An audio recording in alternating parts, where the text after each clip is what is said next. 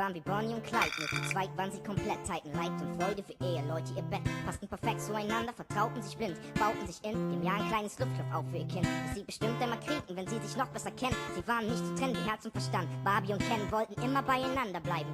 Ein Wellen strotzen wie Fehler im Meer, wie's halt so ist, wenn junge Herzen klopfen. Doch dann kam alles anders, sie lieferte den Anlass. Sie ging zu ihm, in ihre Hand einen Atlas. Sie schlug ne Seite auf, zeigte darauf und sagte langsam dann: Schatz, es tut mir leid, alles vorbei, ich zieh nach Amsterdam. Er konnte nix sagen, denn zu viele Fragen nehmen ihm den Atem wie ein Schlag in den Magen. Er gönnt ihr das Glück, doch es gibt kein Zurück. In seinem Herz fehlt jetzt ein Stück, grad weil er weiß, es keine Hoffnung mehr gibt. Menschen kommen und gehen, Menschen sind Lieder. Die einen bleiben evergreen, und andere kommen nie wieder. Ob schlechte Kopie oder instrumental, ist egal. Gut gemacht, es hängt sich original. Menschen kommen und gehen, Menschen sind Lieder. Die einen bleiben evergreen, und andere kommen nie wieder. Ob schlechte Kopie oder instrumental, ist egal. Denn gut gemacht, es hängt sich original.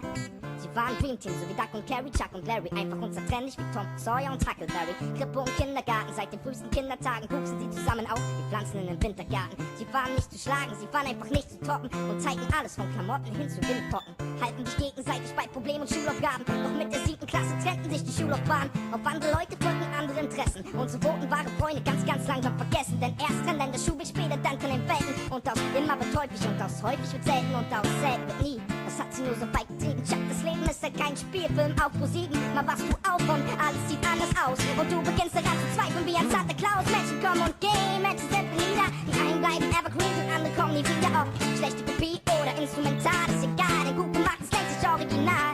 Menschen kommen und gehen, Menschen sind